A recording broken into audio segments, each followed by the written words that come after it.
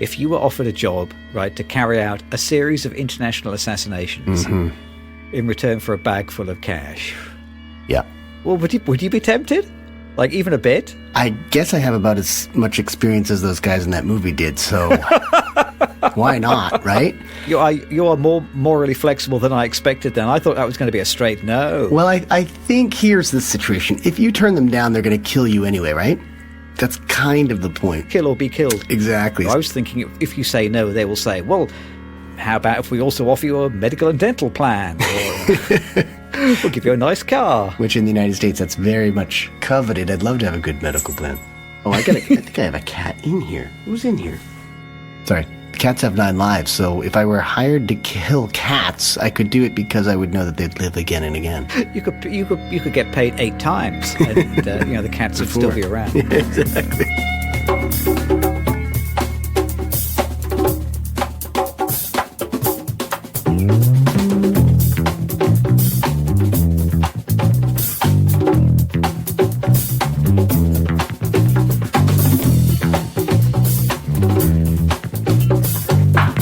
Hello and welcome to the Two Real Cinema Club. I'm James Ruzika. And I am Andres Lorente.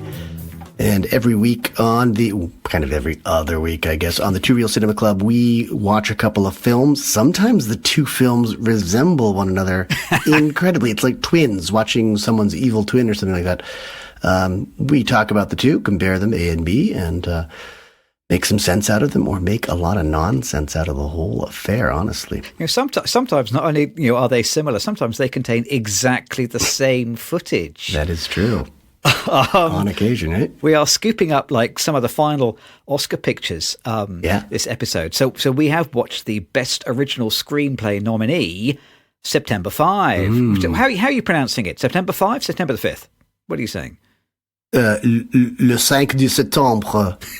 That's where I'm going wrong, using English. How do you say September in German? Do you know? I'm already well outside my comfort zone. Okay. I don't know. I should know. I did like 3 or 4 years of German at school. I should know by now. Oh, really? Yeah, you should definitely know September. We are comparing September 5 from last year with the closely related 2005 Steven Spielberg picture, Munich. The two cover a lot of the same ground, but it's not just that. I was talking before we started recording. It's been done several times, hasn't it? Your memory is much better than mine, clearly, because even though I've seen some of this footage a million times, these are the only 2 films I remember. I did have to look it up on the internet. So I remember watching One Day in September, which is the 1999 documentary by Kevin MacDonald. That won the Oscar for Best Documentary Feature that year. And then I think a couple of years ago there was another documentary film called 1972's Black September, I think made by Sky Television. It's not a big deal. In 1976 there was a film called 21 Hours at Munich with William Holden. It was a TV Munich movie. Oh, yeah, okay. So we might talk about that a bit later on, actually. I've got something to say about that. But this time round we have watched last year's Munich Olympics movie, September 5. It has to be 5 because there's no TH, so I think it is September 5. Right. How do you pronounce Munich, though? Is it Munich? So it should be München, shouldn't it? It is München, I think, yeah. It should be, but everyone could. Even when I thought I'd be cosmopolitan, I typed in München to Google when I was doing some searching earlier on, and the first thing it asked me was, "Do you mean Munich?" so despite our best efforts, I think we're sticking to the anglicised version. So September 5 missed out on the Best Original Screenplay Oscar, but otherwise good showing for a film made in Germany with not a lot of money. Directed by Tim Fellbaum. He's made a couple of features before, one called Hell, one called Tides, which is also released under the title of The Colony. I have not seen either of those. No. I think apparently they were okay. I feel like I had recognized his name, but I might have been totally wrong about that because I looked him up and I didn't see anything that... In this country, he looks a lot like, is it Tim Fellner, who's the British producer? Oh. But you just have to obscure the second half of his name. Oh. Script by Fellbaum with Moritz Binder and Alex David. I'm afraid I don't know what they have done either, but they have written this script together. There's a few kind of interviews bounding around on the net basically where sort of Feldbaum underlines that they made the film with authenticity at the forefront of their minds. Mm-hmm. So the film is based in large part on interviews with the real Jeffrey Mason, who is probably the lead character in the movie. They went to great lengths to use real technology from the time to build the studio where all the action happens. So this is a film about one of our favorite things, authenticity. Mm. Well, shall I, for the benefit of those listening who haven't seen the film, shall I tell you the story? I think you have to. We think we know it, but maybe we don't. Maybe we don't. Oh. I was surprised that this is a 21-hour affair or a day-long affair. I always assumed that it was longer. So yeah, this film has, we'll talk about this in a minute, it has that classic sort of Aristotelian economy, doesn't it? It's all set in one place in a very limited period of time. Mm-hmm. Mm-hmm. I got something to say about that later. Yeah. Well, let me do the little summary of the questions first. Okay.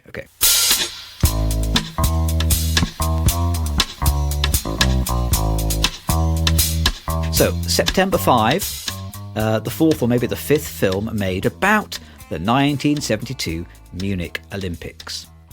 So, as the American television crew cover the live event using the very finest technology that 1972 can offer, a group of PLO terrorists infiltrate the Olympic Village and take the Israeli athletes hostage.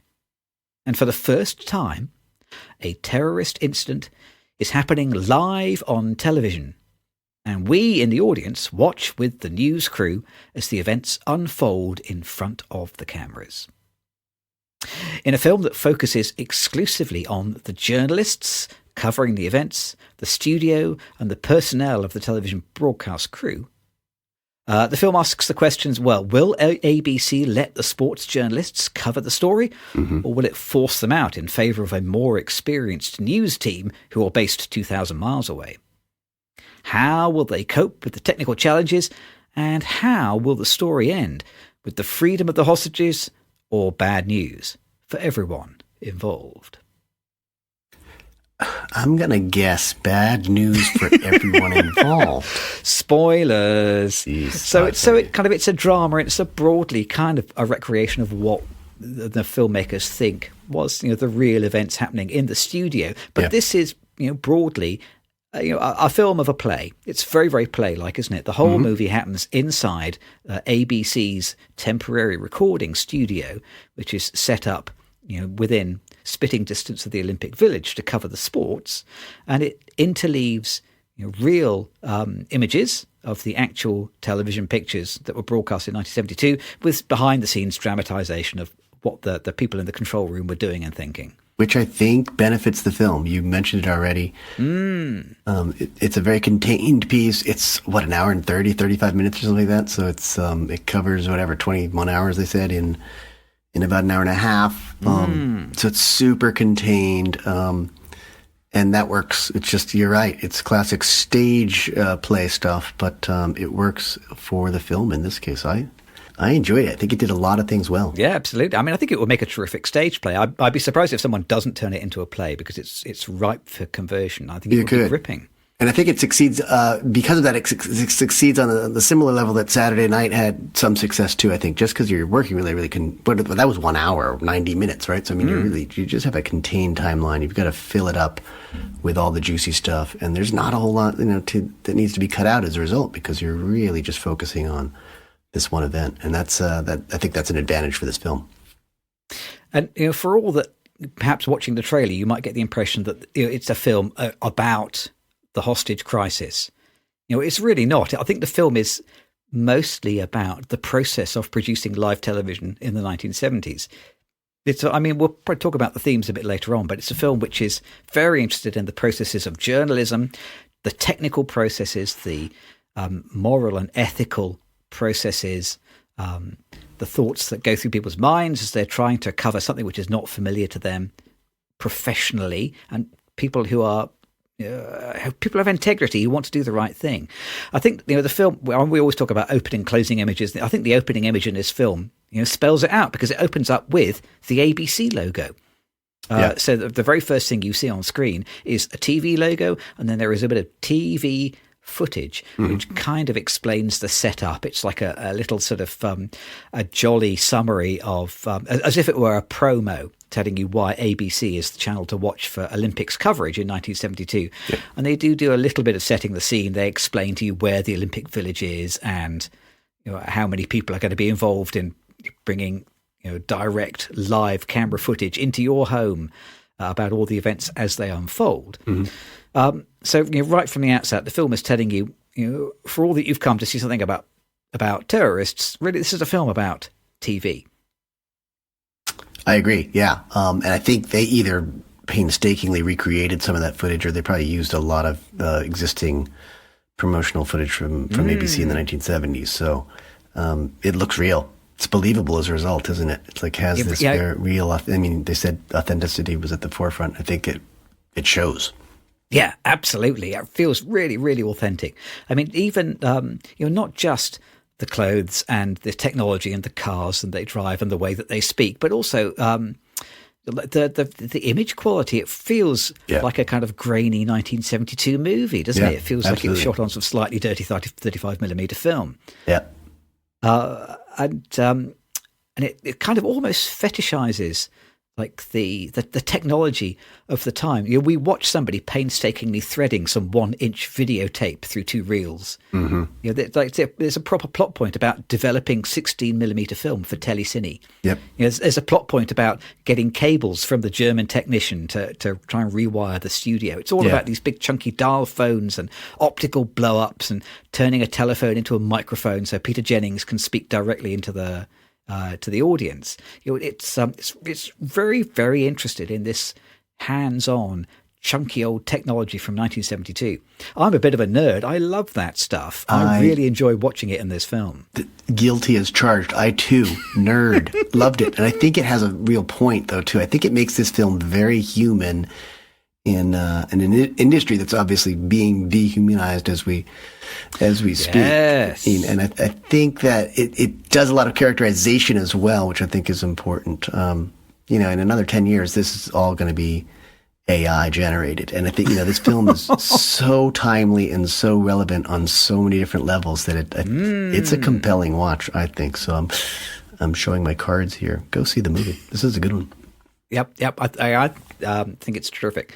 The comment I wrote at the bottom of my notes here is this film is about how the medium is the message, because from a point of view of the history of broadcast, this is kind of the first time that not only did we get this kind of live coverage of dramatic events, the very moment that they happen, being broadcast into your home, but it's also kind of the first moment when the news affected the news. We'll probably talk about that. Should we ring the spoiler bell and maybe talk about that in a little bit more detail?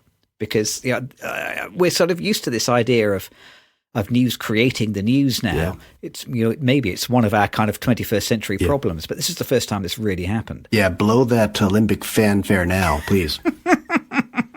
Yeah, I should have brought some kind of some kind of referee's whistle, shouldn't I? I just got the good old bell. Sorry, here it is. Right, and they're off. Yes. So the structure of the film, we do have like a little setup to start with.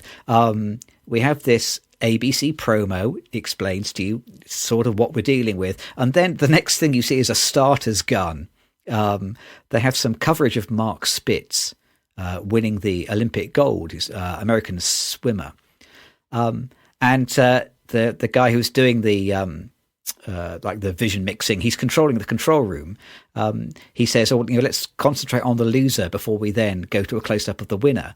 Yeah. And he explains, it's not about politics, it's about emotions. And that's kind of one of the themes of the film, I think. It is. It's funny. He says that, though, when it's very much about politics, right? Because Mark Spitz was Jewish, and they mention it even after the fact that he's defeated this German athlete on German soil as a Jewish American. So I think the politics is everywhere. He says it's about emotions, but he's doing something that's super political when he says it, which is ironic. Well, that's one of my favourite little ingredients of screenwriting, isn't it? It's where the dialogue is diametrically opposed to the actual meaning or content of the scene. Brilliant! I love that. Exactly. People in real life never say what they mean, so it should be the same in movies. But kind of from that moment on, basically, exactly as you say, we have a 21-hour clock. Everything in the rest of the movie happens over a 21-hour period. And to start with, there's a little bit of confusion, and it's not entirely clear what's going on. Early on we meet Marianne, who is the only German character, played by Leonie Benisch, who we remember from Teacher's Lounge from last year, who's now obviously knocking on Hollywood's door. She's terrific in this, but she's terrific as a hyper competent, no nonsense woman. She has a fabulous character moment very early on in the film. She goes out for a cigarette. She thinks maybe she hears gunfire, so she's like the first person to think, is there something really going on? They make a few calls, and then to find out some more, because she's the only German-speaking person in the studio, Mason, who is running the show, he gives her a walkie-talkie, and he says, do you know how these work?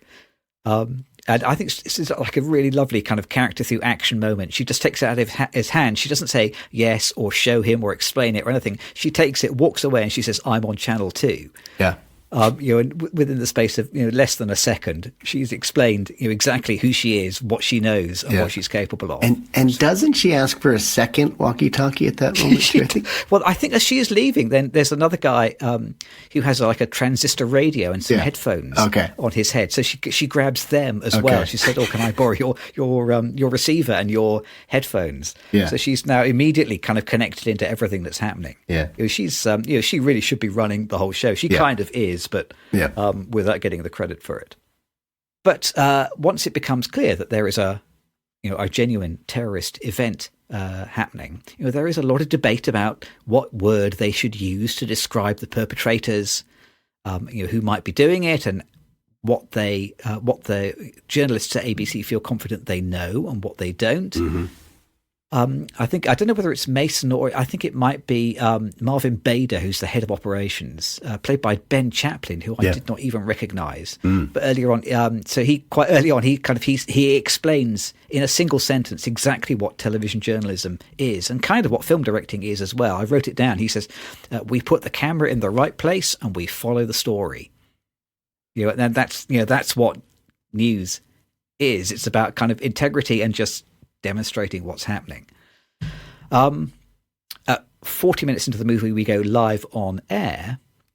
But then about sort of 15 minutes after that, there's this kind of big turning point where it turns out that the ABC crew realise that although they think they are broadcasting footage back home to America, while they are filming the German police as they do their manoeuvres and start to move in on the apartment at the Olympic Village, the terrorists are also watching exactly the same coverage because it's available on the television in their apartment. Mm-hmm. This is sort of held up as the first example of the news kind of creating the news, because ABC were inadvertently warning the terrorists that the police were about to turn up. It's it's a big landmark moment, and it kind of presages a lot of the way that news works now, and it's kind of a plot point that's been used many times since. It's a great moment, too, when Jeff Mason turns to the whole crew and says, "Are they seeing what we're seeing?" And they don't understand what he's saying because it does sound absurd to ask that. But in fact, they get a shot. They can use their cameras. There's sort of this meta moment where they're using their cameras to show the TV in the Israeli team's village room on, and probably watching ABC to see how it's being covered, and seeing these German police kind of bumbling around on the roof nearby. And it's a compelling moment. It's really well done. I like that. Yeah, it is. It's and also it sort of demonstrates this point that the German police at this point are kind of in over their heads. Yeah. Because Germany is broadly demilitarized, and there are important rules about where the army is allowed to go and what they're allowed to do.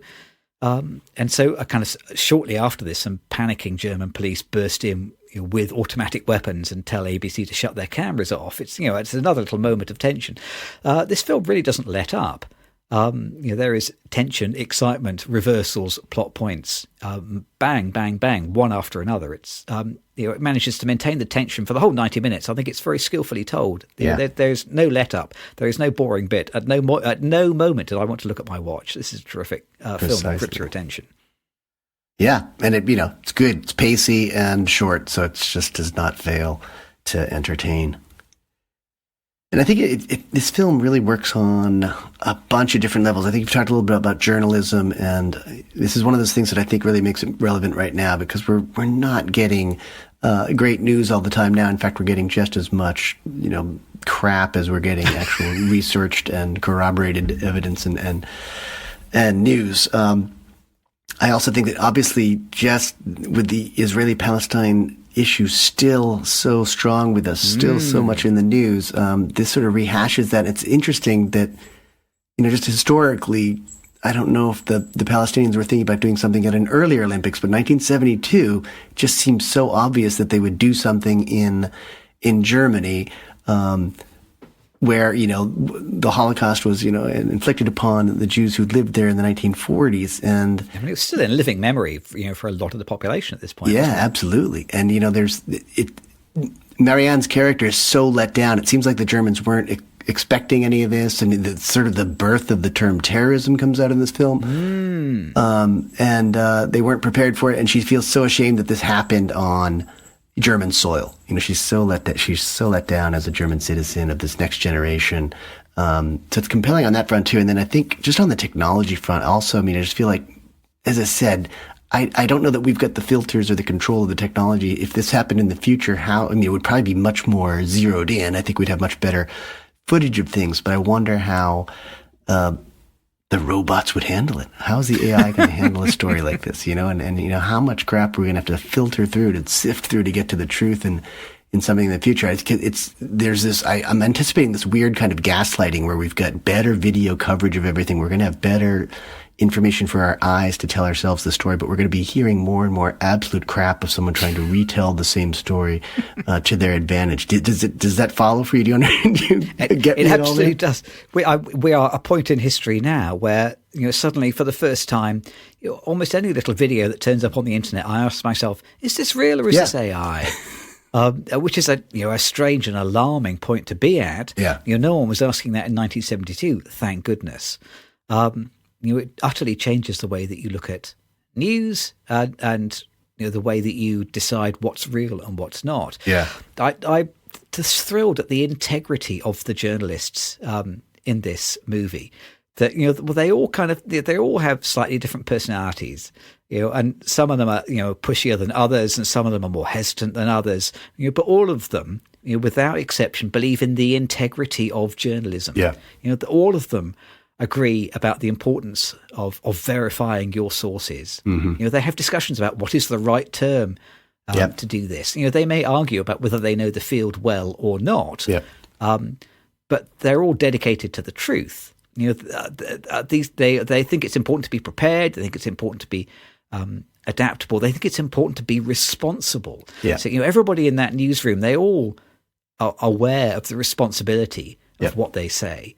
And it weighs very heavily on their shoulders. Yes, they are. Whereas I can imagine, I haven't spent any time in a 21st century newsroom, but I can imagine there are some news outlets where truth is not nearly as important as determining what the message you want to get across to your viewers is. Whereas for these ABC journalists in 1972, truth was where the story stopped.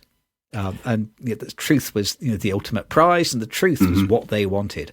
And they felt very bad about broadcasting anything which might possibly turn out not to be the truth. Yep. And these are the sports guys who are basically looked down upon as journalists because they're just covering sports, right? So one of the main arcs of the there's this sort of group arc or this team arc of, can they do this? And yes, they can. And Peter Jennings early on says, you guys are sports. You shouldn't get this story. This is a news story. But by the end, they get their closing of the arc when Jennings actually, he commemorates them. He's basically complimenting them, and he says, hey, I want to do this piece to commemorate the the hostage is, and he's talking directly to them, like obviously they're going to be the ones to produce it. So it does come on a nice arc for the whole gang that they're finally seen as respectable journalists as well. Yes. There's a great sense of time in this movie. Enough of a sense of time that I've written down like a few little quotes right at the very, very beginning of the movie when they're just talking about the lineup for the day. It's great how they're listing off like a number of countries which don't exist anymore. So like the GDR are playing something, and Burma are appearing. They're playing somewhere. It's like it just reminds you how fluid the world is. When I was a boy, I imagined that the map of the world, the globe, the atlas, it had always been like that, and it was a real revelation to discover. Oh no, actually these borders haven't always been where they are. Yeah. And it's a reminder that this process is ongoing, and sometimes it is our duty to try and resist this process. And also kind of later on, when they are discussing what they're going to broadcast, I think it's Mason. He says, can we show someone being shot live on television? Yep. Because this is a real possibility, and they may be the first person to show it. And so they make a decision that now that it's potentially very violent, they will stick to the studio and they will get their 60mm footage, which then has to be telecinied. Yeah. So it won't be broadcast live, and it gives them a little bit of time to censor, or at least to decide what's appropriate to show and what's not. I don't know, a month or two ago, I think there was this weird spate of extreme violence turning up on Instagram, which made a lot of people a little bit disturbed. And I think the notion now of watching somebody be shot live is considered it's something that appears on TikTok for laughs. It's nice to travel back to a time when there was genuine integrity and fear about what was appropriate to show and what the camera should turn away from. Times have changed, yeah. And I think it is important to go a bit more into the technology and why I think it's important. Like this, I think I've said this is a very human story, and when you've got humans working the machines, you just get this. You get this idea of their characters as being resourceful. There's so much resourcefulness demonstrated in this film because they're wrestling with the old technologies. And for me, old technology makes things inherently more dramatic because you're actually having to sort of battle the beasts of the machinery in order to fix things constantly. So the answers aren't always available and right at your fingertips.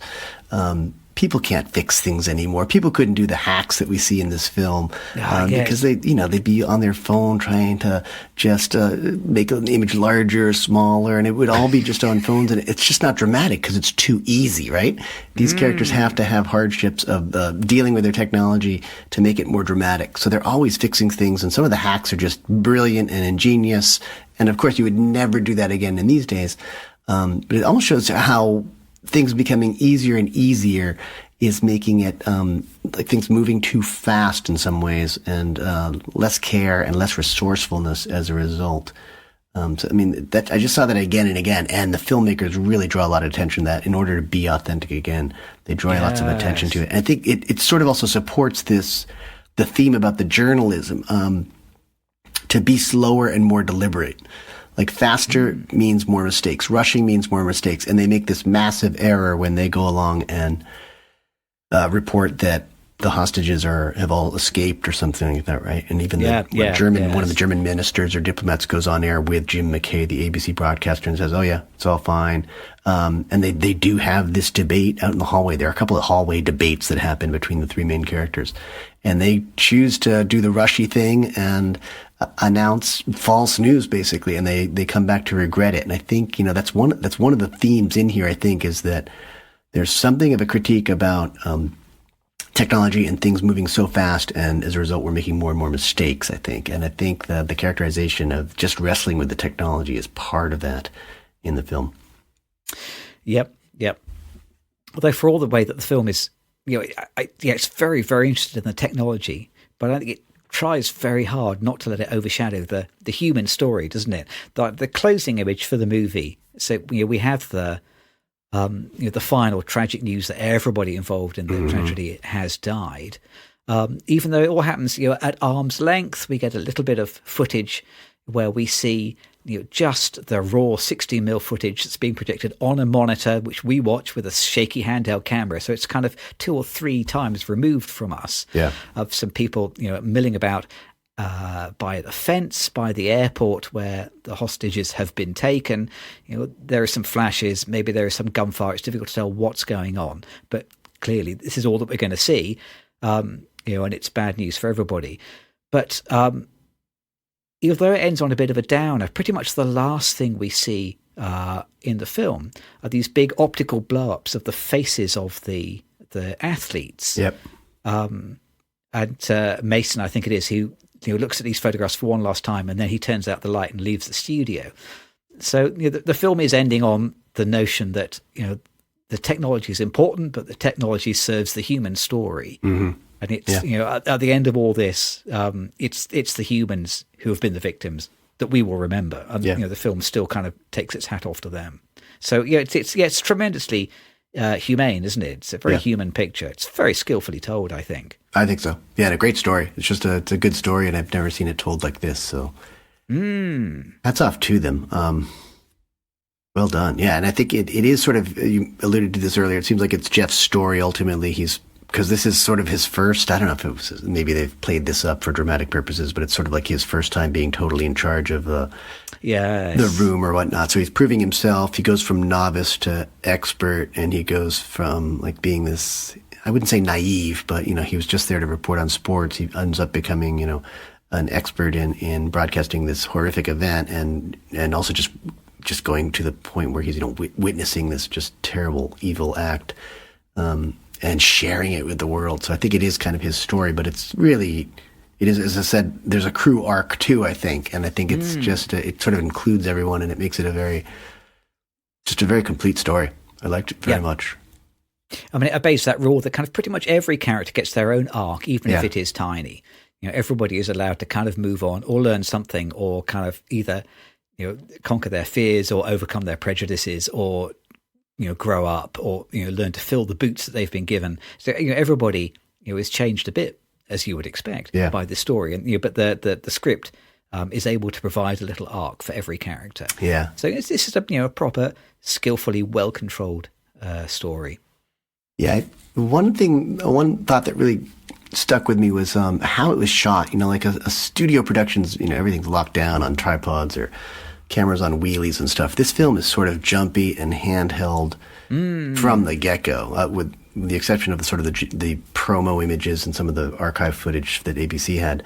The film is kind of rough, the story is kind of rough, the characters are kind of rough, and this is a film that on the surface it really shouldn't be cinematic. You're a bunch of sweaty guys in a TV studio in Germany.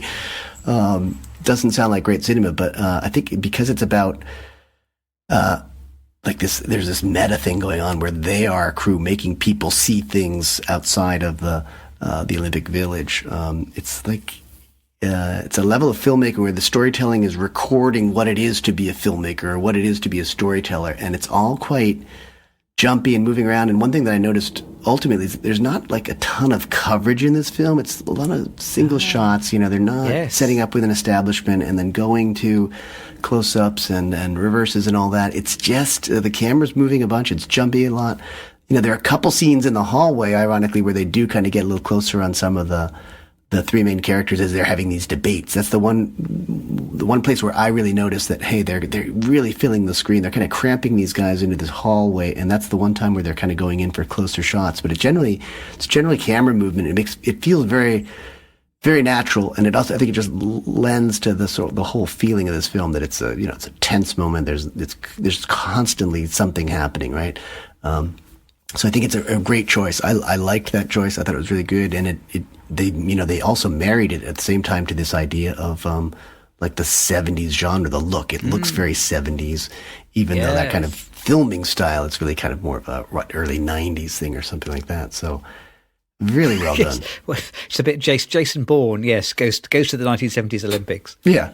I mean, what they do in the movie is they put the camera in the right place and they follow the story. Yeah. They do exactly what what the studio head suggests good coverage is. So I mean, it's very internally reflexive. There is one little kind of character point that I want to kind of point out because I think it's quite easy to miss, but it's one of those tiny story arcs that we were talking about, which is worth highlighting. That at about the sort of the midpoint in the story, there's the guy whose job it is to sort of stick a screwdriver into microphones. Yeah. And sort of earlier on, he has sort of he's kind of jury rigged. What do you call it when you stick a bunch of wires into something and do something which is electrically probably unsafe? But jury rig.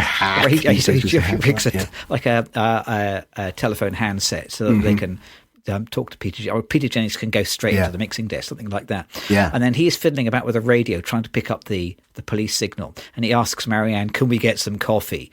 Oh yeah. And the moment she leaves the room, they pick up the German story. There's the German police, and the guy that he's working with says, "Oh, great! You just sent out the only person in the room who can understand what they're saying."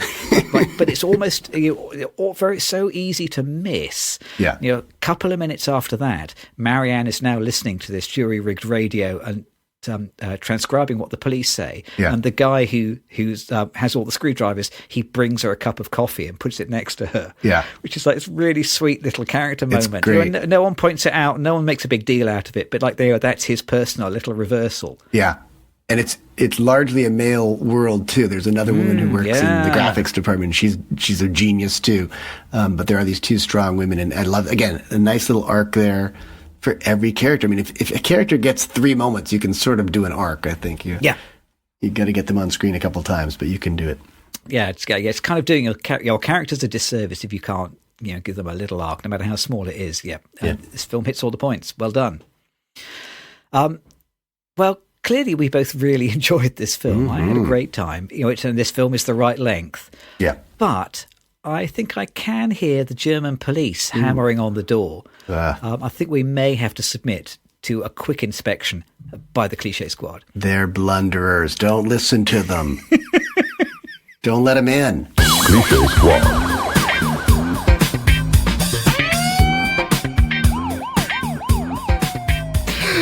There are kind of some films where the Cliché Squad doesn't really have very much to do. Yeah. I did start writing a list, but I think it's kind of undeserved. So I wrote down hard-nosed, hard-talking, macho TV people. Yeah.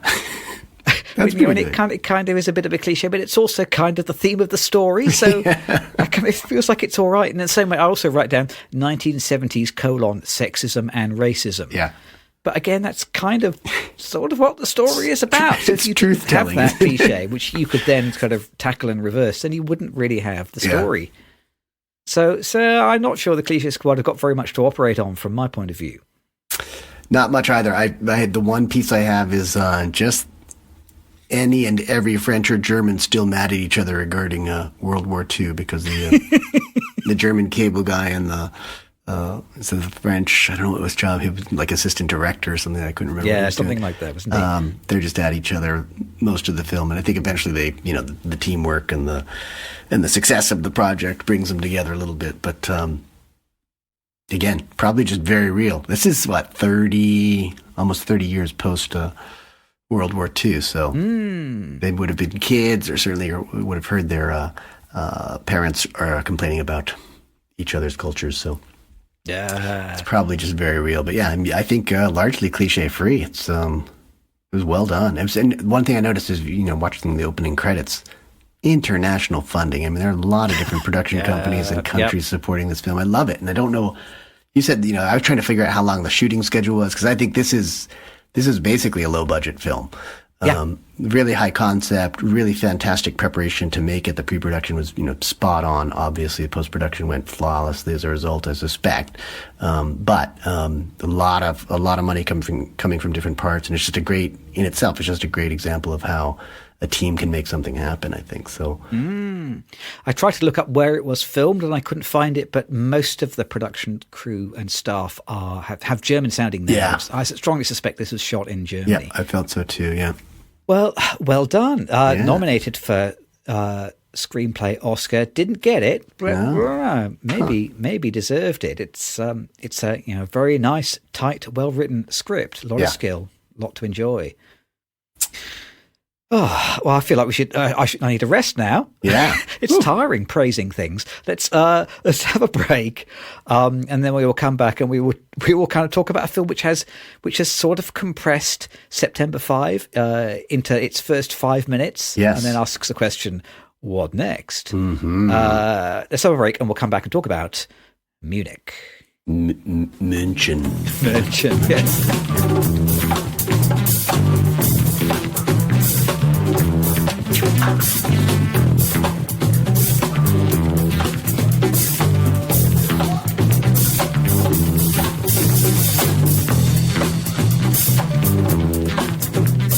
This episode of the Two Wheel Cinema Club is sponsored by Kmart. That's right, Kmart, not Kmart. That icon of American capitalism is in decline. But the Kmart.com is the one-stop online shopping experience that is a fundraising engine for socialist causes everywhere. Browse the online store for all the activewear and leisure wear you need to establish your street credibility as a socialist warrior. But if you're not into fashion, worry not, because at Kmart, you can actually buy the authentic Che-D or ID card that brandishes like the most powerful weapon, announcing to everyone you encounter when you are carrying your wallet that, yes, indeed, you are a card-carrying socialist. Mm-hmm. We have the classic Che t-shirts and have recently added the Shroud of Cherin. It's an organic jungle-grown cotton tee that depicts Comandante Guevara in all his cave-dwelling glory. Because the guy really did look and act a lot like Jesus. And speaking of Jesus, nowhere else can you buy our Leper Helper cream, which makes your friends look like lepers, and you can befriend them and cure them. Or wear it yourself to garner the sympathies of curious strangers while you regale them with the beauties of socialism. Everyone's a sucker for a leper. But there's more. Che was a warrior of the common good and for common sense, and we at Kmart commemorate him with a line of colognes and Che-sense incense that capture his aura. Just a few of our scents are campfire, gunfire, jungle boots, just jungle, jungle number 3, black beans and rice, and the flatulence that follows, mate, and of course, Cuban cigar, and gorilla, sarsaparilla. Kmart is a treasure trove of clothing, jewelry, homewares, and novelties options. For example, you'll be amazed by the gorilla thunder that emanates from our Sit on a Socialist whoopee cushion, one of our most popular offerings. Best of all is that all profits go to the thousands of disparate socialist parties and branches that can't be bothered to band together and unify under fewer umbrellas and make our donation processes much easier. Put your money where your cause is. That is, until cryptocurrency fraudsters rig the world banking infrastructure so you have no money anymore. They need it all. Until then, however, pay attention and pay a visit to Kmart.com. Kmart, putting the .commie back into eco-commerce. I need a new beret and I know where to get one. Yes, go to Kmart.com.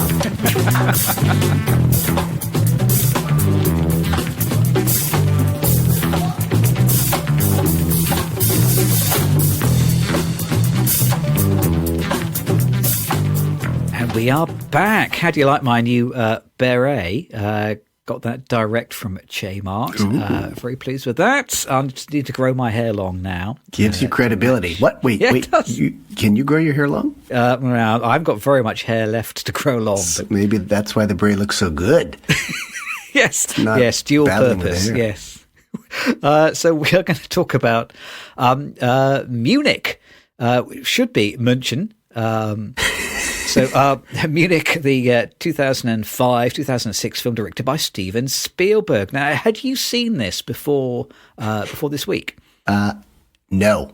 I'd seen a few trailers and probably some excerpts or whatnot, but I had never seen the film. One person who I trusted once upon a time said it was good and liked it. So I thought, boy, I want to see it then. And then of course, I went 20 years with not seeing it, even though he said it was a good film. So then I saw it. Trust is something that takes a long time to earn, doesn't it? Yeah, it's so fast. It's so easy to just eliminate too, isn't it? Long time to earn, doesn't take long to go away. So Munich was nominated for Best Picture and Best Adapted Screenplay in the 2006 Oscars. So decorated about similarly to September 5. Yeah. I also had never seen it before, although I remember recording it off TV back when we had a hard disk television recorder. Oh my God! It's one of those films that sat in the list of sat in our little list of films that we'd recorded off Channel 4. And sort of stared at me every time I turned it on. I thought, do I feel like I'm in the mood to watch this tonight? Yeah. But it is 2 hours and 45 minutes, something like that, isn't it? Probably a little bit longer with commercial breaks. So that's one of the reasons, I think, why we never quite got round to watching it. And these days, that old hard disk recorder sits on top of the wardrobe. So would you would record it straight to a disc, a CD or something like that? No, better than that. It was like there was like what was then an enormous 160 gigabyte hard drive. In this enormous box that looked a lot like a video recorder that would go underneath the TV. So it would record your stuff. It was like TiVo. It was like TiVo, but for the UK. And it would hold a bunch of films on it. Yeah, so I had a bunch of films, or more likely a bunch of programs for preschool children, which is what most of the hard drive was filled with. Oh. So you're the one who chose this. Yeah. You chose it through an act of trust. What can you tell us about it? Do you have any other questions for me, Counsel? I think it actually pairs really well with September 5 because I think as we alluded to before the break, perhaps, that this sort of picks up where September 5 ends. And the films sort of share the same, 5 minutes or something like that at the beginning, just setting the background for the events that happened in Munich in 1972. Yeah, so the first 5 minutes of Munich is the whole of September 5, but compressed into a little 5-minute summary, isn't it? Yeah. It's the Cliff Notes. Yes. And then this is, what is it? Is it 2:45? It's 2 hours, 45 minutes. I think 2:45 is the version that I watched, yeah. And it covers years. So, I mean, we've already thrown that Aristotelian idea of unifying time and space out the window. Years and continents. I mean, they just go everywhere. Yeah, they're all over the place. So, Steven Spielberg, in some ways, I don't know, at the height of his filmmaking abilities or just in the middle of his filmmaking abilities? It's like early, late period Spielberg, I would sort of say, 2006. I think it's after when was his peak? Probably 93, do you think, with Jurassic Park and Schindler's List in the same year? Yeah, that sort of stuff. Schindler's List, and then Saving Private Ryan's not too far after that. I think he was kind of, at the beginning of his his slow, leisurely decline at this point. And guys, he's been making films for 50 years. I mean, big films for the theaters for 50 years. Written by Tony Kushner, I think, did a lot of it. I can't really tell, but sounds like Tony Kushner at times. Eric Roth has written a lot of well-known films as well. George Jones, I don't know very well at all. Do you know George Jones at all? No, not at all. No. Okay. So Eric Roth did Forrest Gump. Yeah, Forrest Gump. The Insider. I don't know whether you've seen that. Which is, I think isn't that a bank robbery movie? Benjamin Button, Eric Roth wrote. Exactly. And then Tony Kushner has kind of done all of the late Spielberg pictures, like Lincoln, West Side Story, The Fabelmans. That's all Tony Kushner. Yes. The thing that broke him was Angels in America, the TV kind of miniseries, which I never saw. I don't even really understand what it is. Angels in America is probably his best known play, and it's there are actually two plays. Yeah. And is it literally about people with wings on their backs? No, not really. It's more about the AIDS crisis of the late 80s and early 90s. Ah, okay, right. In Britain, there was a famous nursing soap opera called Angels, in the early 80s. So if you say Angels in Britain, that's the first thing people think of. Oh, well, there are definitely nurses in this. It's a pretty good play. I mean, I like it. He's I love his politics. He's very far to the left. He's definitely a capable writer. It's very funny, though. I like a couple of his plays, not a bunch, and I don't like all that's happening in them, but I don't know that he's a great screenwriter either, though, but he's really made a name as a screenwriter, and And I think the two mediums are very, very different. And I think he approaches it as a playwright. And then he's working with someone who's, very competent in terms of putting visual images up together. But I would love to sit down with them and see, who's really writing the images, and is Kushner really working on story and dialogue, and Spielberg's doing images? Because I don't think that they're necessarily a great team, but they have continued to work together. So yeah, clearly they get on for whatever reason. Yeah, and it doesn't surprise me that Kushner is largely a stage writer, insofar as there are a lot of quite stagey, talky scenes in this movie. There's a bunch of scenes where it's people in a room explaining their ideas. And political diatribes, which normally I like a political diatribe more on stage than in cinema, but they also don't come off very authentically, I don't think. So we've tipped our hat a little bit here. One might say you're going to tell about the story. That's what I am. One might say, well, I want to tell you who's in this, because one might say this is an all-star cast. You've got the Eric Bana. You've almost said Bana. I'm pretty sure it's not Bana. Banal or banana? Boy, that could go wrong in so many ways. Matthew Almaric, who was big in Diving Bell and the Butterfly, I think a year or two later, as was Marie-Josée Crozet, a Quebec actress who was in Diving Bell and the Butterfly also, and who originally I mistook her for Naomi Watts in this picture. I thought, God, that looks like Naomi Watts. Yep, same here. Yeah, okay, good. Matthew Kasevitz, yes. Kasevitz, who of course was in Amelie a few years before that. Really interesting. He was the director of La Haine. Have you seen that? La Haine. It's a very interesting cast. Very talented guy, incredible. Yeah, it's amazing, really, that he's sort of slumming it, acting in a Spielberg film. Yeah, exactly. Jeffrey Rush is in there. Daniel Craig, pre-Bond Daniel Craig, I think, or maybe he had done one Bond film at that point. I don't know. I think Casino Royale was the year after this. Oh, okay. I think this is Daniel Craig just tying up loose ends before he put on the tuxedo. I guess so, yeah. So I mean, it's not. There's no dearth of fine actors here, or well-known actors. It's a really, really early 2000s actor set, isn't it? Yeah, yeah.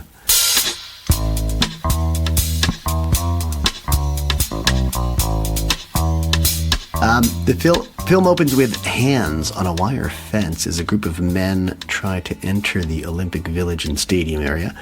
Some American athletes unknowingly help the Black September kidnappers get over this fence and into the Olympic Village, where they will kill 2 members of the Israeli Olympic team and hold the remaining members kidnapped in their apartments. The event becomes an international story covered live on television, as we've seen with September 5 as well. Ultimately, the hostages are killed at an airport near Munich, but the Black September members escape.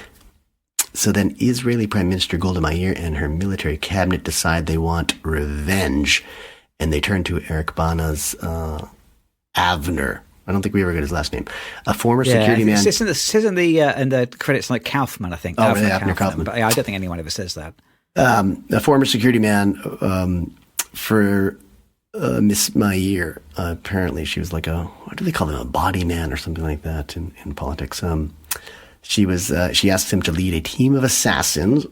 But they're really not assassins. It's an interesting decision. Some amateur assassins to track down and kill. Team of accountants. Yeah. As long as they get receipts. That comes up again and again. Why we need receipts. This team of assassins needs to track down and kill the Black September kidnappers responsible for the Israeli deaths. But how good is Avner's ragtag group of specialists? Will they regret accepting the mission when collateral damage deaths pile up? And will their body count match the number of terrorists on the list, or will they have to settle for a lower number? And will viewers of this film have sexual experiences equally as marred and tainted as Avner's after reliving the memories of the kidnappings and deaths of the Israeli hostages? The climax of this film, and I say that, I'm using the word climax, is uncomfortable to say the least. Should we ring the spoiler bell already? Because we got pretty much to the end of the film immediately. Please, spoiler bell. I've never wanted to ring the spoiler bell. Get your spoiler bell in early. Here it is. For all the set pieces and the shooting and the assassinations and the bomb scenes, this film does more or less culminate in what I think might be the most misconceived scene I've seen in many years. So pretty much right at the end of the film. So Eric Bana, so he accepts this mission from Golda Meir, and he says, yes, I will be your hitman, and I'll go and kill a whole load of Palestinians. But he has to leave his wife behind, and he can't really contact her. He said he can't see her, and his wife has a baby, and he doesn't get to see the baby. And eventually, at the end of the film, after all the killing is one way or another done with, he goes back and bonks his wife, but cannot stop having flashbacks. Yeah. Although weirdly, not having flashbacks to the people that he killed. He's having flashbacks to something that he did not witness and was not present for. I was very confused. Yeah. I want to talk about that more.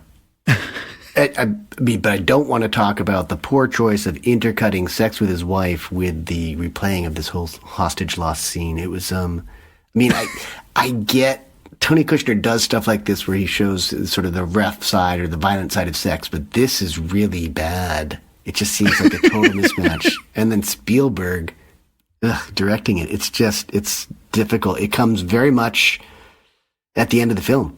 It might be with 2 or 3 scenes to go, 5 minutes more.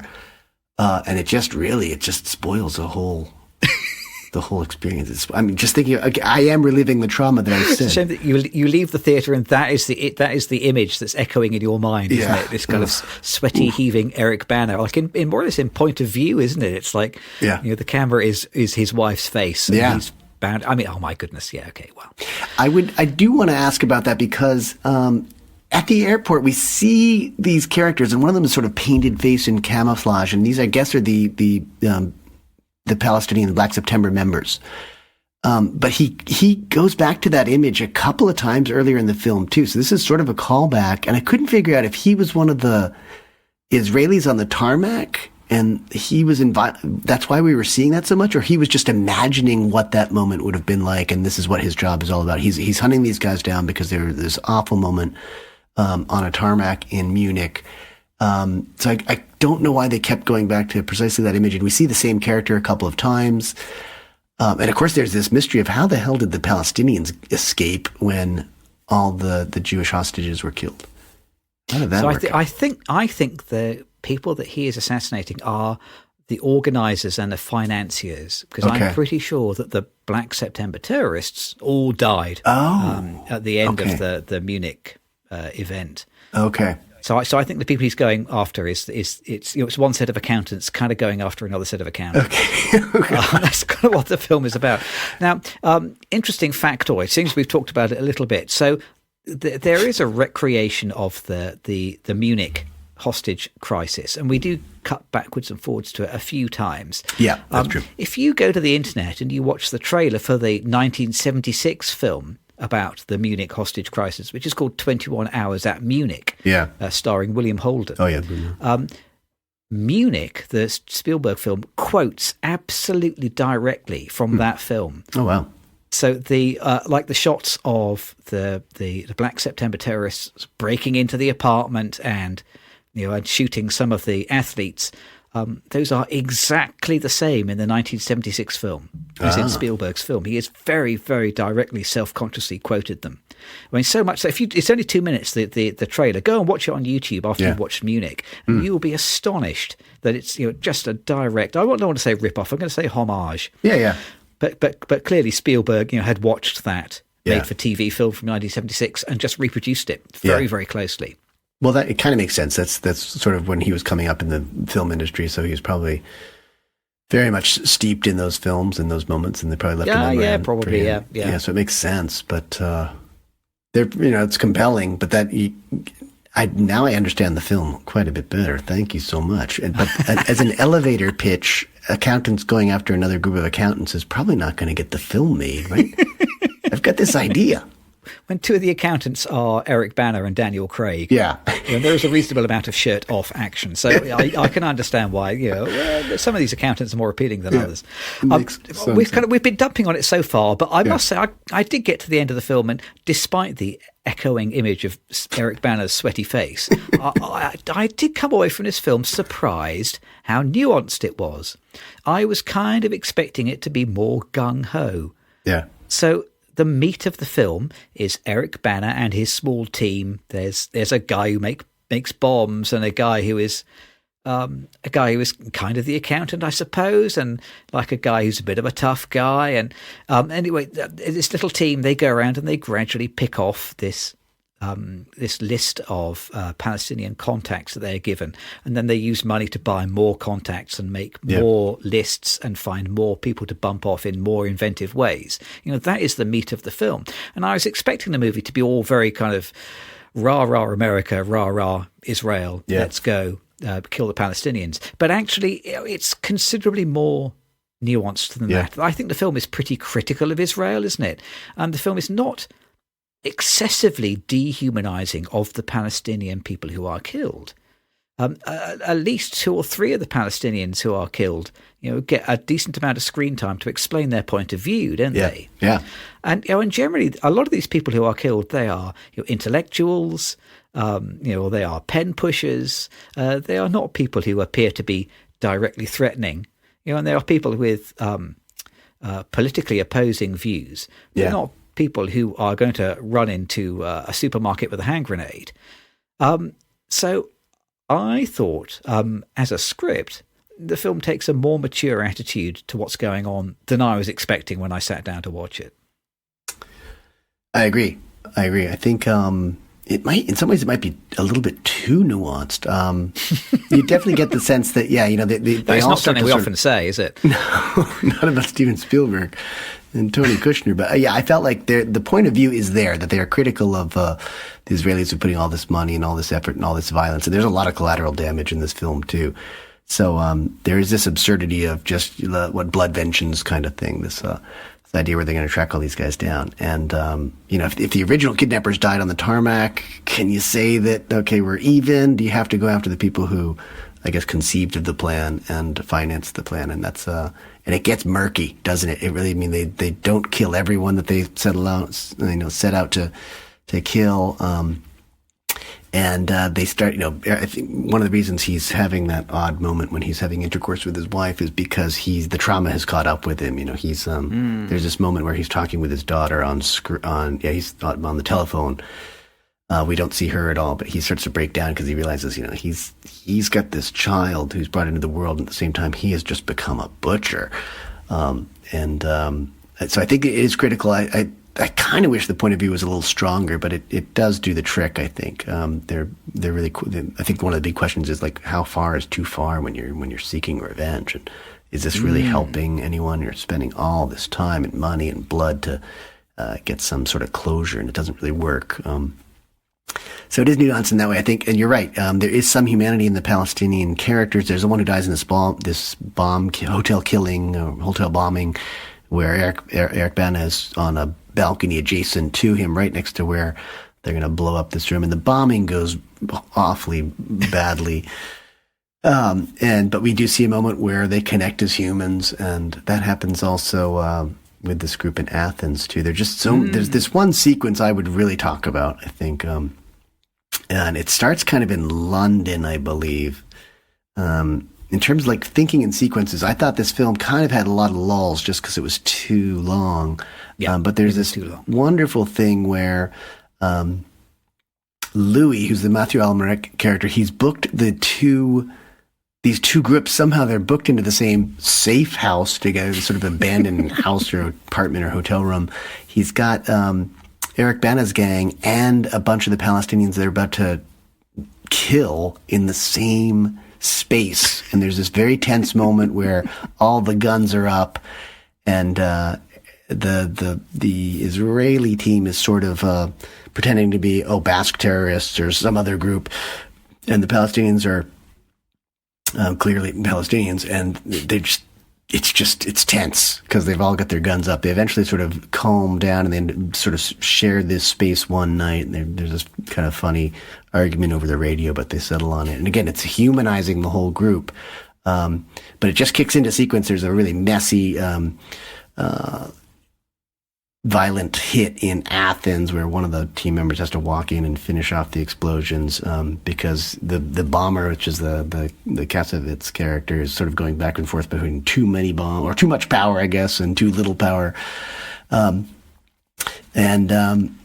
the CIA after that, I think the rain scene is in London, I believe, where these CIA guys intervene. I love this section. So they're about to really get one of the chief culprits on their list, and then they're walking down the street, and these 3 CIA guys just jump into the scene and expertly kind of derail them by pretending they know them from the States, and they just sort of put the kibosh on this one hit. And it's wonderful because it just shows that the Americans actually had one of the guys on their payroll, one of the people on the Israeli hit list was on their payroll, and they were going to protect him. And it's really well done. And that goes into the sequence where Eric Bana is sort of starting to doubt what he's doing. And he has this papa dada moment with his daughter on the phone. And then he goes down to the bar and he's sort of flirting with this woman at the bar, but I think he's suspicious of her. And that's the Marie-José Crozet character. And then is it Klaus? One of the other people in the team actually falls for her at the bar and ends up dead. I mean, it's this wonderful sequence that just does not stop. And it's about, 15 or 20 minutes, and I think it's just the best part of the film. It really kind of questions everything. It puts characters in really unfamiliar places and have them making bad decisions. It's just a great sequence. A lot of the film is really kind of cat and mouse, hunting and killing. And I think that's supposed to be the strength of the film, but I think there's so much of it that it starts to lose its energy, I think. And it was just wonderful to see this one sequence really stand out in a film. And we often talk about that, how directors can think in sequences, maybe in ways that writers don't necessarily, but that's an example of great filmmaking. I think it's a strong film. It's good. It's not really to my taste, but you've got expert writers and an expert filmmaker creating something. It's definitely watchable. I mean, I would not say that it's a difficult film to watch. It's difficult because it's violent, and it's difficult because it's long, but it's a well done film. I mean, if there were a few fewer scenes, maybe one or two fewer murders, I think it would probably be a superior film. Bring it in under 2 hours, and then it might have been something quite special. And maybe a little tighter on the French sources who are giving out names on this. There's this whole trip to Matthew Almerich's father's house, which I don't know if it's necessary. It's wonderful to see how, if this is true, how international politics and these sorts of covert activities work. You've got people selling information and doing that. It's a wonderful concept, and it's probably is quite authentic, but I don't know that we need to get that much backstory on those characters. I think that was a mistake. I think that's the kind of place where you would conflate characters. I think you'd put it into one character. But I mean, I guess it depends on how true a story they're telling as well, right? I think it's based on a book. The book is called Vengeance, I think. The book is by a guy who claims to have been in Mossad and to kind of do all these things that Avner does in the film. But I think there have been some questions asked about, is this guy just a fantasist? Did he really do all this stuff? Because it's all entirely disavowed by the Israeli government. It's very difficult to verify any of this stuff. So I think there was a little bit of a question mark about, maybe it happened, or maybe it didn't. Yeah. Somebody made enough of it to make a book out of it, but did it really happen? I will say that I don't think the film ends on its strong point. And again, maybe that is being too faithful to source material or to the story. It kind of just ends, and it does end on a kind of a nice, unsafe moment. You feel unsafe at that point, but we talked about the sex scene. Very shortly after that, Jeffrey Rush's character, who I guess is Mossad or Israeli Defense, I guess. So, he comes to New York City to tell him to come home. It's time to come back to Israel and raise your child in Israel. And Avner's not going to do that, but he does sort of invite Rush to come over and break bread with him, and Rush says no. No.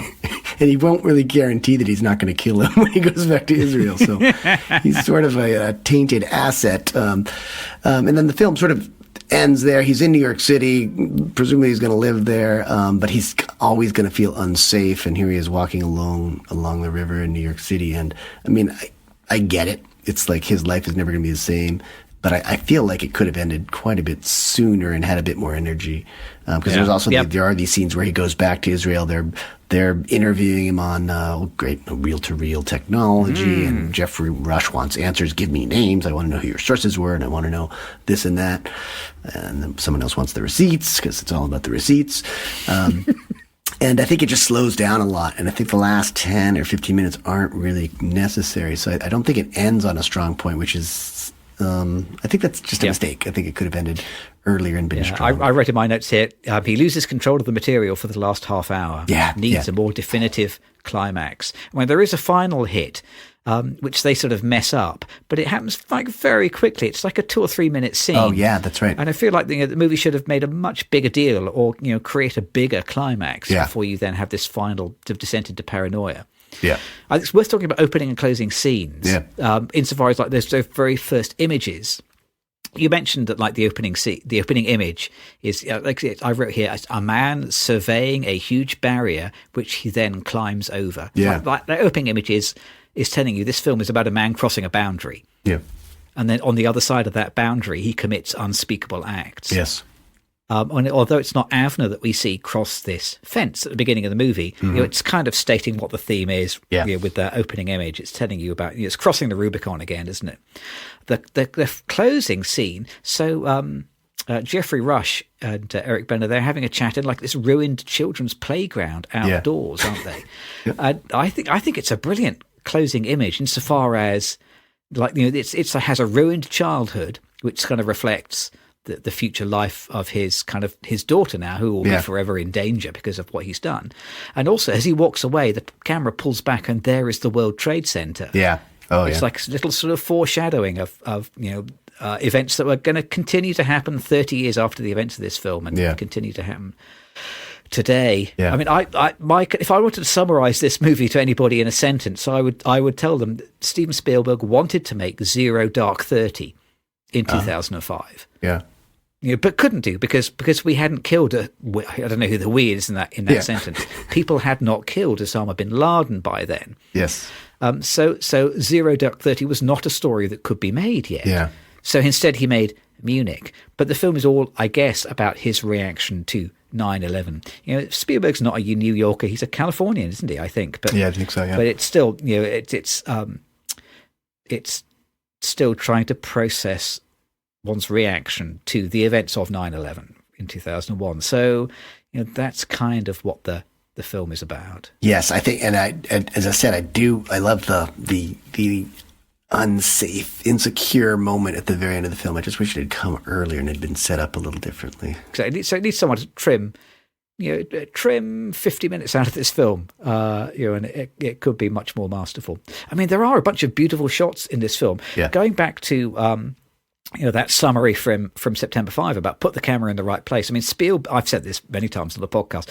Steven Spielberg knows where to put the camera, which is a hallmark of a great director. He knows where to put the camera. I made a little list of some of the beautiful shots. There's this shot of Eric Bana in a car. I think this is in Athens. Matija Kassovitz is visible like in the reflection of his passenger window. Yeah. And then there is a hotel sign behind Matija Kassovitz reflected in the glass. So you have like the two actors and the hotel sign telling you where they are, all in a single shot. It's just so economically beautifully arranged. Or in that London abortive hit when the CIA turn up, one of the guys in the crew, it's raining and he opens this umbrella, but he has a gun in his right hand which he's using to slide up the shaft of the umbrella as he opens it up. It's just a beautiful shot. It's just beautiful.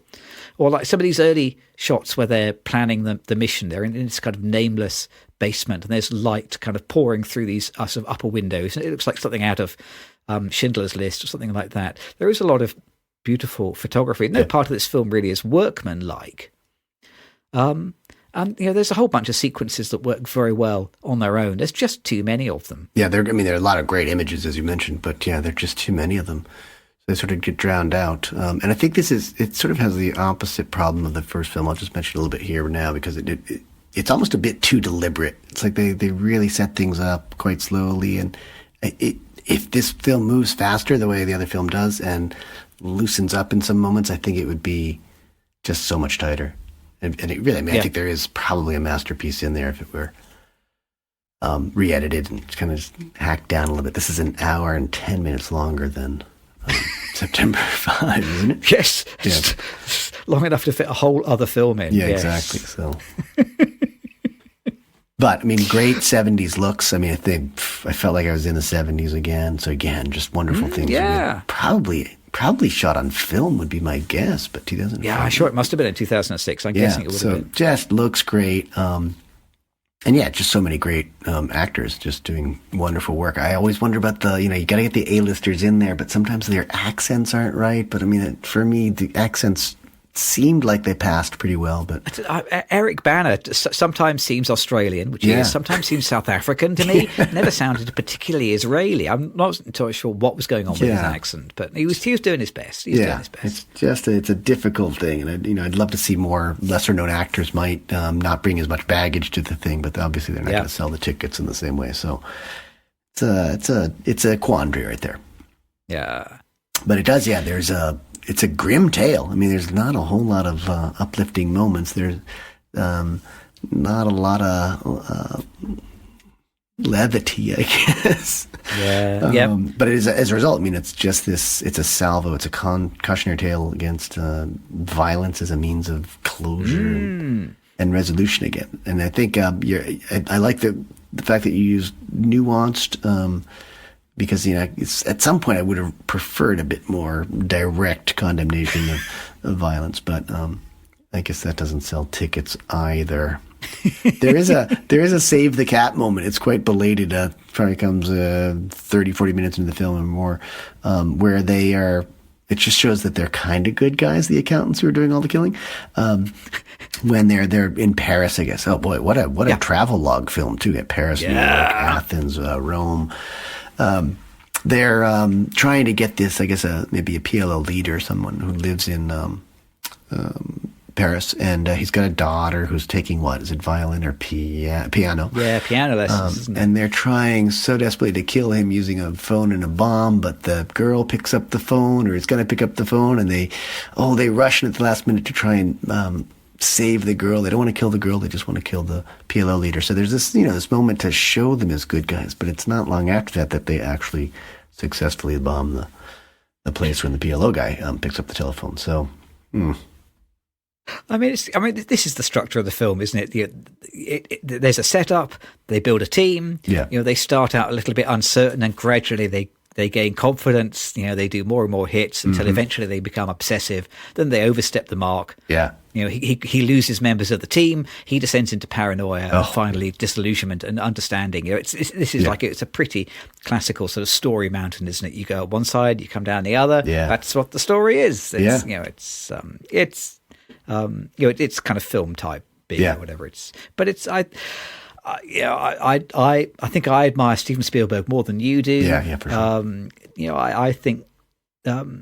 I don't think this film is a masterpiece, but I think he has made masterpieces, and this film is, another example of a skillful filmmaker who knows what he's doing. Yeah. I tell you what, I read like the bottom, my little bottom paragraph when I was making notes on the film. I wrote down, because I was surprised it wasn't as Zionist as I was expecting. I've written here, Spielberg is a humanist before he is a Zionist, but he is also a nerd.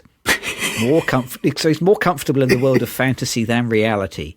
Yeah, I mean, I think his masterpieces are Jurassic Park, Raiders of the Lost Ark. It's Jaws and E.T., isn't it? Yeah.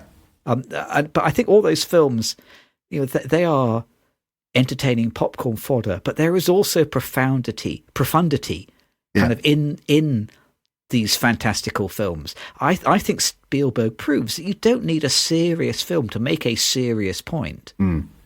And I don't think his serious films are generally his best films. I think, when he's operating in that kind of fantastical nerd zone, yeah, that's when he's really firing on all cylinders. And and that's not something to be embarrassed about, because those are great films that still have something to say. Yeah. Whereas maybe just a little bit over serious this time round. Well, this time around is 20 years ago, and how many films ago? 15 films ago or more. Yes, that time around. Yeah, that time around for sure. Yes. Well, it's interesting because again, Lincoln I would not consider a great film either, and I think it's. I just wonder about the Kushner touch. Yeah. And if that's a great team, I mean, they probably get along splendidly as men, and they are friends.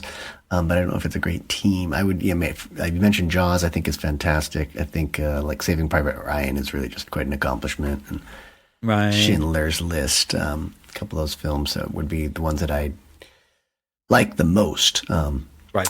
Yeah, but this one, it's a little bit of a letdown because it seems like it's just a great team, and it seems like it should really work, and I think it could work, and as I said, there's this one sequence which I just think is brilliant. There's like a 20-minute section where, and it was funny because I was losing interest. I was, okay, I'm going to see someone else get killed. Great, prepare myself for that. But it ended up being this wonderful, like 20 minutes that jumps out maybe at the 2-hour mark or something like that. So you've waited a long time for the tightest filmmaking and the best stuff, and that's, I think, too long. So it's timing is just so important in film. So I think that's probably what dragged me down a little bit, was just committing 2 hours and 45 minutes to it. Timing is everything. Yeah. Well, so these films, a lot in common, part of them the same film. Before we draw them together, though, I am going to force you, under the threat of blowing up a telephone, but only if you answer it, not someone else in your family, I'm going to force you to play Who Am I? Oh, yeah. Who am I? So, bunch of people in today's film, some of them extremely competent, some of them kind of not. Yeah. Out of all the people that we watched this week, who did you feel the most like? I felt like Jeff Mason in September 5. It's a film where you don't really necessarily have this center of gravity, but he is the character I think we're supposed to sort of attach to and follow. He's sort of in every scene. And he seems like a very workmanlike guy, commoner. And he really has a great arc, and he's probably not a lot is expected of him in the moment, and he rises to the occasion. I liked it. I liked the acting, and that's John Magara, who was in Past Lives, which we saw. He was the boyfriend of the main character in Past Lives. And it's interesting. I didn't, he's kind of an afterthought in that film. He doesn't have a real big part, and he didn't make a big impression, but he's so different in this film and so good. And he's obviously a good actor. I've seen another film with him that, again, I was not really impressed with the film or him, but, he did a serviceable job. And I think he's just, he's a very quiet and subtle heart of this film, and I really thought he did a great job. And I just chose him. I don't really feel like I am him by any means, but he's the one I want to talk about. I would love to say that I feel like that guy, because he's kind of awesome. Because I can really identify with that kind of strain of you're given a big job and now you have to try and live up to it. And it's a big ask, and and you're using every ounce of your energy to try and to fill those shoes. Yeah, which is what a weird, strange set of metaphors I've combined there. I don't know what I'm talking about, but anyway, I wish I had the energy to fill those shoes with energy. But I wrote down on my list here. I'm probably like the guy who gives out cables in September the 5th. Yeah. He's the guy he's pottering around, moving cable. I've got so many cables in this house, and Rachel constantly complains about the number of cables I have, and yet still I don't have enough. And I'd say like the cable guy then, who is constantly bitterly complaining in a language that most of the characters don't understand. Great. And he still ends up having to give the Americans all their cables, even though they didn't ask him nicely. I think if I'm anybody in this week's films, I'm probably that cable guy, Great. He's a great character. And again, he's got his arc too. I mean, he's in his little arc. 3 to 5 scenes or whatever. Yeah. And he's got his cables. That's me. Right. Well, let's pull on the cables, see which ones come unplugged and which ones electrocute us. Yeah. We will do our synthesis. Synthesis.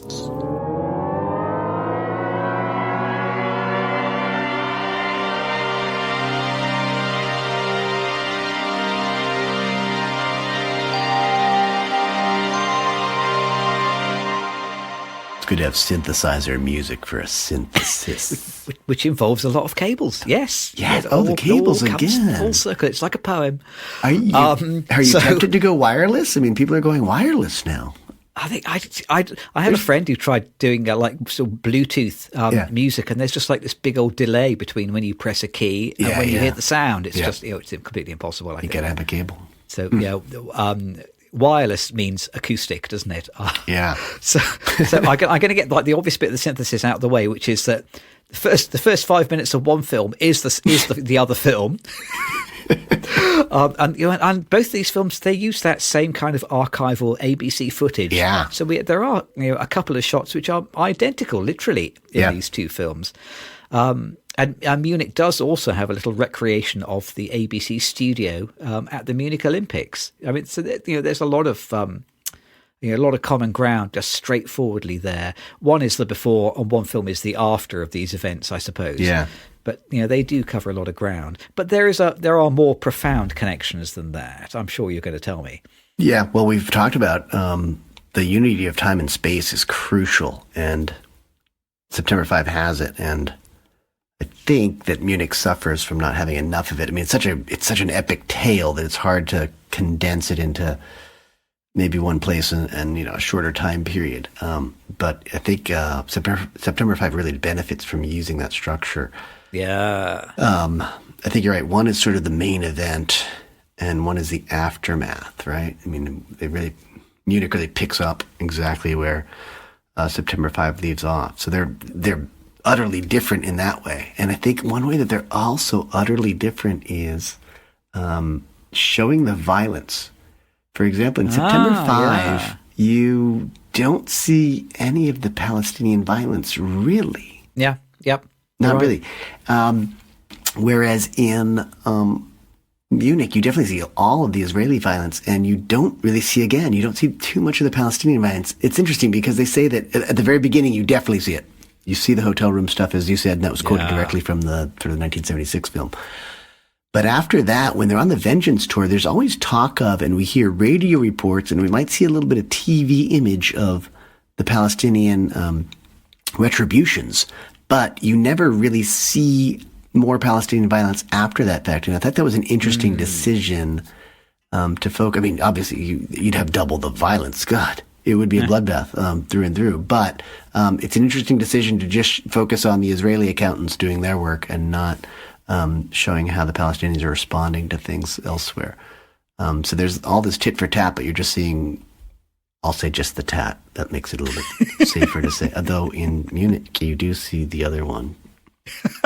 You see some breast. Yes. That's an uncomfortable scene too, the breast scene in Munich. Strange. Yeah, I was trying to figure out whether it was gratuitous or whether it was, kind of playing on the discomfort of the audience. I'm still not entirely sure. Again, it was another questionable decision. But I think that, the treatment of violence is very different because, in September 5, it's really not about the violence. It's much more about telling the story in a way that people can relate to it, even though it's a violent situation.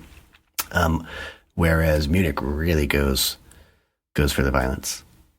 Shows it. It's the story point. It's kind of the thing that keeps driving the story forward. Yep. Or it intends to, I guess. So that was a observation I had. I mean, and it's interesting because they're both international stories, right? I mean, we talked about how September 5 is made by an international group. It's about bringing this story to the whole world, whereas and that whole world can be in Munich. And again, I think that just having that one space is crucial. Whereas Munich is a very international story, but we go from place to place. We're in so many different countries. And it's just less subtle in its global storytelling, I guess. So that would be a difference that I see. Yeah, and kind of, poorer for it. And I was trying to figure, I think both of these films are kind of sort of they're both about truthfulness, I think. Insofar as like September 5 is all about journalists' integrity and getting the truth out. They are very passionate about determining the one genuine truth and broadcasting it. They want to tell the right story. They want to figure out, whose story is it that we are going to tell. Have that early quote about, it's about the emotion, not about the politics, or is it? Whereas like Munich is like almost the impossible, the opposite of that. It's like discovering that what you think is straightforward truth. You're given, a list of people. What could be simpler than that? Yeah. You're acting on what you've been given as a simple, incontrovertible truth, and gradually learning that this isn't the truth that you think, or at least it's a kind of it's like a slippery truth that moves every time you think you're getting close to it, and then a new truth emerges, and you start to question whether any of it was true at all. Yeah. I think the leads in both films are sort of concerned with truthfulness, although they take very different routes to it. Yeah. Eric Bana is kind of naive about truthfulness and learns about it, whereas the journalists in September 5 are acting on what they believe is in favor of the truth. Yeah. And both stories have that sort of inexperienced central figure. I couldn't figure out why Eric Bana was chosen, the Avram character. Avram? Yeah, Avram. Avner, isn't it? Yeah. Avner character is chosen there. It's almost because he's potentially expendable, right? I mean, you don't put your best people in there probably because they might get killed, or you might have to kill them afterwards to keep your secrets. And the Jeff Mason character, again, he's probably got the experience of being at the Olympics for a week or 2 weeks or whatever, but not a fully seasoned professional. So they're both kind of, feeling their ways in these big, big moments, in these big, big asks from their bosses, if you will. Maybe the last thing I would say is that these are both really very cinematic films, but in totally different ways. I think September 5 is shot very competently, and it has that jumpy look, and it does everything properly in terms of filmmaking, and it's really swift moving as a result. Whereas I think Spielberg does a beautiful time. The setups are incredible. You can see like $1 million going into certain setups. Is very deliberate though, and I think it's beautiful. It's very well done. I think it's actually a little bit of a mistake though to take that much time and really work on these really lush images for a story that needs to be cat and mouse and need to be like darting in and darting out. So, but I think they're both kind of, I wouldn't say always gorgeous to look at, but they're just really, really well done visually. It's great visual storytelling in both cases, but they're very different styles, I guess. Visual storytelling, that's what we like, isn't it? Yep. Well, September 5, still hanging around at the cinemas, I think. And glad it got some Oscar attention. It deserves it. It'd be interesting to see what comes next from him. From Fellbaum, isn't it? Yeah. So let's see what he does next now, because people know who he is. We have just got time to talk about what else has been playing at this theatre.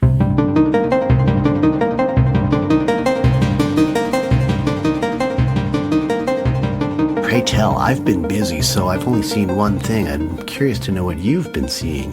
Well, I've seen maybe less, maybe more than you. Insofar as this week we've watched telly. We have our 3-month trial of Apple TV Plus after buying a phone, I think, last Christmas. So we've been catching up with Severance, which is the kind of the super hot, timely show that everyone is talking about at the moment. We are a bit late to the party, so we are just 2 episodes into season 2, but we've kind of speed run it over the last week or two. And I don't know, have you watched it? Have you been watching Severance? I have been, yes. So you are probably further ahead than we are. I don't know. I must say, my personal feeling is that it is fine. But not any better than fine. I think it reminds me kind of Lost, that kind of early 2000s sort of culty show, which is all about the mystery. Yeah. And it's trying to recapture that kind of that mystery storytelling sort of feeling.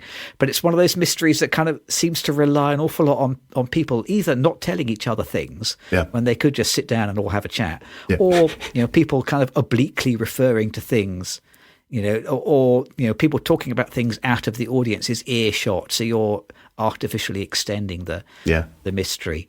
And also, the it's got a great cast: Adam Scott, John Turturro. I'd never seen Britt Lower before, but she seems terrific. Yeah. But it has fewer characters than Lost, and I think less interesting characters than Lost. And I think Severance might be great if it were half the length. Having watched the 9 episodes of season 1, it gets pretty dramatic by the end, but it takes a long time to get there. Yeah. And my other opinion is that I suspect, and I'm quite prepared to be told that I'm wrong, I suspect that this is an office satire written by somebody who hasn't worked a lot in a real office. But they've read a lot of Reddit threads about office life, and they've based all their writing on that, I think, because I feel like they've got lots of opinions about working in an office, but their observations about office life don't ring very true to me. Yeah. So, we will continue watching it, and it's been all right. It's been fine, but not life-changing. Yes, kind of surreal office life, I suppose, is what it's supposed to be. I think you come with a distinct advantage, though, because you probably watched season 1 in the last couple of weeks, and then... Yes. So I watched season 1, excuse me, forgot more or less everything that had happened because it was a long wait. I think it was at least 2 years. Oh, wow. Okay. And then season 2 came along. And it's not the kind of thing where you have a bunch of memorable moments because you're actually sort of focused on trying to follow the threads of the story. I'm getting very frustrated with it. I think we're 6 episodes into season 2, and I kind of like the limited series format with just one series that tells a complete story. I feel like right now they're sort of milking it, and if there's a season 3, I'm not sure that I'm on board for that because interesting. Okay, you're about to see some characters disappear for 4 or 5 episodes, and there are a lot of detours that are not really helping engage me very much. So I feel lost, and I think you have to include your audience a little bit and give a bit more information. It's very fanciful. And I don't think it's that focused, and they're really very pleased with themselves in terms of the look of the entire production. And it is kind of cool looking, but you can't I think a lot of scenes are kind of drawn out and empty as a result of them being kind of in love with the whole look that they've created and the style. So almost came to blows last night here in the house about whether or not this is any good. I still don't know if it's good or not, honestly. And I do notice that there are a lot of different writers and a lot of different directors involved. And I think it just lends to this sense of lack of cohesion, I guess. Right. Okay. Yeah. So it's getting a little incoherent. And I don't know that I want to watch a third series. So I feel really disappointed in that. Okay. I've made an investment. I've watched 12 hours of this stuff already. I mean, maybe more. Oh, is it going to just, not succeed? And I think that's a lot of questions that I think people are having. It's like, well, is it going to be, it really has to be worth it at the end. If it's really a great mystery, it's, it has to be a really, really wonderful and tight ending. But again, I think they'll probably do another season, which, so. As we have discussed many times on this podcast, endings are hard. Yeah. If only the rest of the world took your advice and wrote the ending first. Yeah. That's as good advice as any writer has ever given me. I think just write the blooming ending first. You have to have one. Even if they're hard, you have to have one. That's the thing. And you have to feel like you're being taken to one, too. I think that's also important. Oof. Besides the disappointment of Severance, have you seen anything else this week? Yeah, I saw a lovely documentary on public television here, so I was on the telly as well. It was on American Masters. It was a documentary on Roberta Flack. Oh! Great American singer and performer who I knew as a kid. I mean, I just loved Killing Me Softly. I thought it was such a great song, or That's the Time to Feel Like Making Love. I have to ask, when you say you knew her as a kid, you mean you're talking you knew of her, aren't you? This is not another one of those fantastic opportunities for you to say that you knew another person when you were young. Yeah. No. But this is what, I like... Nice segue. You don't even know it. I did not realize that she was either the first black woman or the first black person to live in the Dakota apartment building. And her next door neighbor was John Lennon, Yoko Ono, and Sean Lennon. And Sean Lennon talks about her as being like another mother, or he called her, I think, Aunt Roberta or something like that. And I just think, and she and Yoko Ono were very good friends and also did a recording together. And I loved that little detail that I never knew. and just how long her career was and how influential she was. So it was really just wonderful to see it, an hour and a half documentary in there and done. So it was just the right thing. So good. I watched a documentary on Roberta Flack, learned a lot, loved it, sang along. It's a good experience. So my theater is actually my couch. Nice. And my television. Yeah. But I think in part because I was out at the theaters watching other movies this week, as you were too. So more of that in about 15 seconds. That's right. That's right. On Instagram, while we're still on Instagram, we are at Two Real Cinema Club. Every episode I say, we're moving to Blue Sky. One day we will actually do it. Read the blog at tworealcinemaclub.com. That's not run by Nazis. Comment on the YouTube channel or email us at tworealcinemaclub@gmail.com. Next time, we are kind of stuck in a time loop here, aren't we, I think? We are. It's not a donkey time loop. It's more like a September time loop. We are the leading September-based movie podcast. Yes. We are watching I'm Still Here. Yes. Which was the Oscar winner for international film this year. And we are comparing it to 4 days in September, not to be confused with watching September 5 again, but we're choosing a different set of days, 4 days, but they are in the same month of September. It's a Brazilian film from 1996 or something? 1997, I think. Yes, exactly. 97, yeah. So we are 6 months out of sync with the rest of the world. We are remaining in September next time. Until then... see September 5. See September something. See any film with September and a number in it. That's our recommendation. And if you watch Munich, you can safely turn off after about the 2-hour mark. Yeah, you heard it from us. You might have to, or your sex life may never be the same. It's a prophylactic measure. Don't watch that scene. If you learn anything from this week's podcast, don't watch that scene with Eric Bana gurning over your face in point of view. We'll be back. We'll be back in September, which means next week. We're going to talk about some Oscar stuff next week at the Popcorn Counter, and then back with September in March. Until then, see you next time. I'm so confused. Goodbye, everyone.